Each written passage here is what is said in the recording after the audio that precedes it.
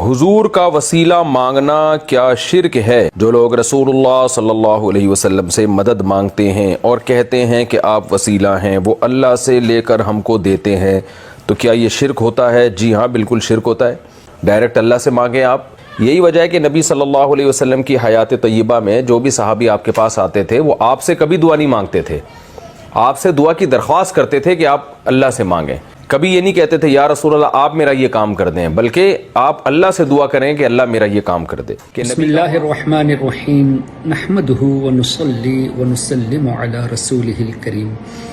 معزز سامعین، ہمیشہ اس بات کو ذہن نشین کر لینی چاہیے کہ قرآن اور حدیث کے خلاف یا صحابہ کرام رضوان اللہ علیہم اجمعین کے خلاف کوئی اپنا موقف پیش کرے، چاہے وہ کتنا ہی بڑا عالم کہلائے، ظاہر عالم تو ایسا کر ہی نہیں سکتا، چاہے وہ کہلائے، چاہے لاکھوں اس کے فالوورز ہو، ہرگز اس کی باتوں پر آ کر اپنے ایمان کو برباد نہ کر دینا۔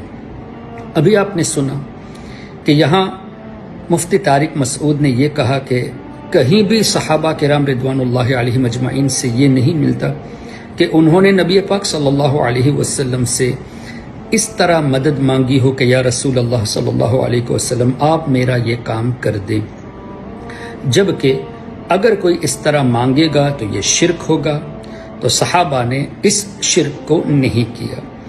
سب سے پہلی بات تو یہ ہے کہ ہم سب کا عقیدہ یہ ہے کہ اللہ تعالیٰ ہی سب کچھ عطا فرماتا ہے، اور اللہ نے قرآن کریم ہی میں فرما دیا کہ اللہ نے ذرائع رکھے ہیں، اور بخاری شریف میں واضح طور سے ہے، نبی پاک صلی اللہ علیہ وسلم نے ارشاد فرمایا واللہ یعطی انما انا قاسم، اللہ دیتا ہے اور میں ہی تقسیم کرنے والا ہوں۔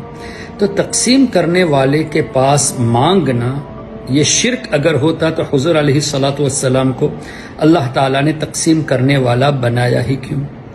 اور یہ بخاری شریف میں حدیث ہے۔ اور مزید حضور علیہ الصلاۃ والسلام نے فرمایا کہ مجھے زمین کے خزانوں کی چابیاں دی گئی، او کما قال، تو چابیاں جس کے پاس ہے یعنی وہ مالک ہے، اور مالک کے پاس جس کے پاس خزانہ ہے ان سے مانگا جا سکتا ہے۔ اچھا، اگر کسی مولوی صاحب نے بنام مولوی، حقیقت میں تو مولوی ہو ہی نہیں سکتا، نے اگر یہ کہا کہ صحابہ کرام نے کبھی اس لیے ایسا نہیں کیا کہ یہ شرک ہے، تو اس کا مطلب انہوں نے نہ قرآن پڑھا ہے نہ حدیث پڑھی ہے۔ مفتی کا ٹائٹل ہونے کے باوجود بھی بخاری شریف، مسلم شریف وغیرہ کتب احادیث سے بہت دور ہیں۔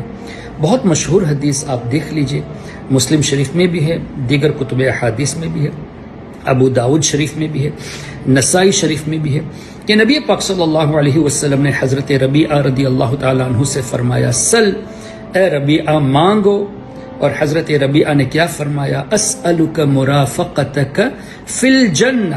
یہ حدیث میں اس لیے پیش کر رہا ہوں، ویسے تو بہت سی حدیثیں ہیں، اس حدیث پاک کو پیش کرنے کا مقصد یہ ہے کہ کوئی یہ کہہ سکتا ہے کہ دنیاوی چیزیں مانگنے میں حرج نہیں، لیکن جنت کا سوال یہ تو آخرت کی چیز ہے، اور وہ بھی حضور علیہ الصلاۃ والسلام سے حضرت ربیعہ رضی اللہ عنہ نے مانگا، اور ہمارے آقا صلی اللہ علیہ وسلم نے یہ تو نہیں فرمایا کہ جنت میں نہیں دے سکتا، یہ میرے اختیار میں نہیں، یہ آخرت کی چیز ہے، میں کیسے جان سکتا ہوں کہ تمہارا انتقال ایمان کی حالت پر ہوگا یا نہیں، بلکہ حضور علیہ الصلاۃ والسلام نے او غیر ذالک فرمایا، یعنی اور بھی کچھ چاہیے۔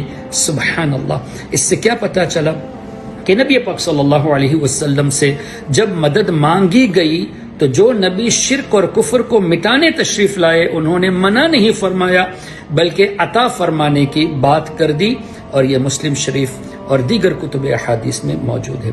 اور مزید بڑھتے ہیں، اگر یہ عالم ہوتے تو ان کو کتابوں کا علم ہونا چاہیے۔ امام حاکم رحمۃ اللہ علیہ نے المستدرک میں اور اسی طرح ابو یعلا میں بھی یہ روایت موجود ہے کہ ایک مرتبہ ایک اعرابی نبی پاک صلی اللہ علیہ وسلم کی بارگاہ میں تشریف لائے، اور حضور علیہ الصلاۃ والسلام نے کچھ اس طرح فرمایا، مانگو، کیا مانگتے ہو؟ تو حضرت مولا علی مشکل کشا رضی اللہ عنہ فرماتے ہیں کہ ہم یہ سمجھ رہے تھے، اب دیکھیے صحابہ کرام کا عقیدہ، صرف مولا علی کا نہیں بلکہ دیگر صحابہ کا، ہم یہ سمجھ رہے تھے کہ اب چونکہ حضور نے مطلق فرما دیا مانگو تو یہ ضرور جنت مانگ لے گا، لیکن ہوا کیا، انہوں نے اونٹ کا تذکرہ کیا اور جانے کے بعد ان کے نبی پاک صلی اللہ علیہ وسلم نے کیا اس طرح نہیں فرمایا؟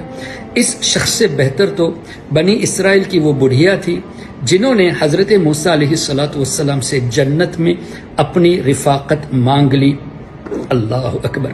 تو یہ آخرت والی چیز مانگنا یہ حدیثوں سے ثابت ہے، اور مولوی صاحب یہ کہتے ہیں کہ صحابہ نے کبھی ایسا نہیں کیا اس لیے کہ یہ شرک ہے.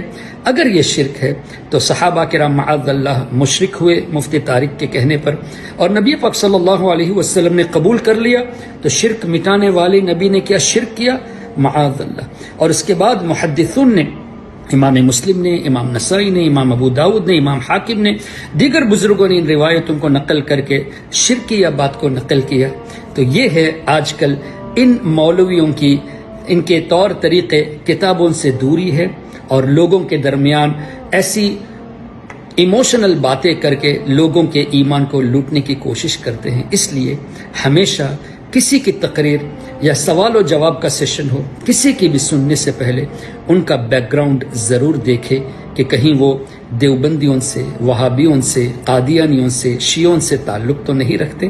اپنے ایمان کو بچائیے. اللہ تعالی ہم سب کے ایمان و عقیدے کی حفاظت فرمائے. آمین. والسلام علیکم. اگر آپ نے ابھی تک ہمارا چینل سبسکرائب نہیں کیا تو ہمارے چینل کو سبسکرائب کر لیں